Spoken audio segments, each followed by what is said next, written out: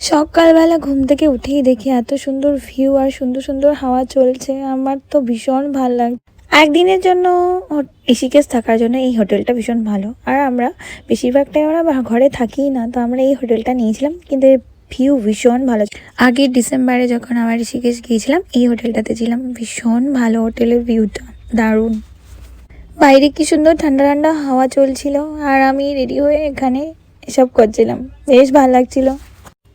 ঘুরতে গিয়ে তোমরা কে কীরকম করো?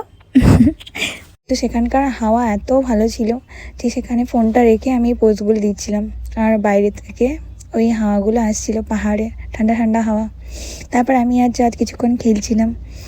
চাঁদ তো আমার সাথে খেলতে ভীষণ ভালোবাসে, আমি ওর সাথে খেলতে ভীষণ ভালোবাসি, আমরা দুজন অনেক খেলি।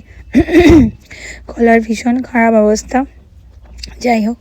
তো সব কিছু করে টরে তারপর দেখছি এখানে এই দুজন বসে আছে, দেখো কি সুন্দর গল্প করছে, দুজনের সাথে টাইম স্পেন্ড করছে। তারপর চলে গেলাম খেতে, খুব খিদে পেয়েছিল, যে খেয়ে নিয়ে তারপর বার হবো। তো তারপর সেখানে অর্ডার করলাম, যে কোনোখানে অর্ডার করার পরে অনেকক্ষণ ওয়েট করতে হয়, তো ওরা দিচ্ছিল খাওয়ার, পেটে খিদেতে চুচু করছিল। যাই হোক, তো কিছুক্ষণ পর ফাইনালি খাওয়া আসলো, তো আমরা খেয়ে নিলাম। খাওয়াটা বেশ টেস্টি ছিল, যাই হোক, তো ভালোই ছিল মোটামুটি। তারপর আমরা বেরিয়ে গিয়েছিলাম অনেকটা দূর, সেখানে এরকম রাস্তা ছিল, তো যাই হোক ভালোই ছিল রাস্তাটা, অতটাও।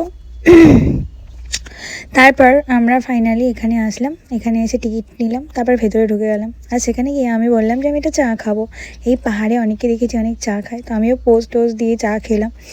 তো চা খাওয়ার থেকে আমার পোজটা বেশ ইম্পর্টেন্ট ছিল। যাই হোক, হয়তো সবাই এটাই করতে যায়। তো তারপর এই ম্যাগিটা আমি খেয়েছিলাম সেম সবার মতো। তো আমার সেই দিনটা এতটুকুই ছিল। চলে দেখা হচ্ছে নেক্সট ভিডিওতে, বাই।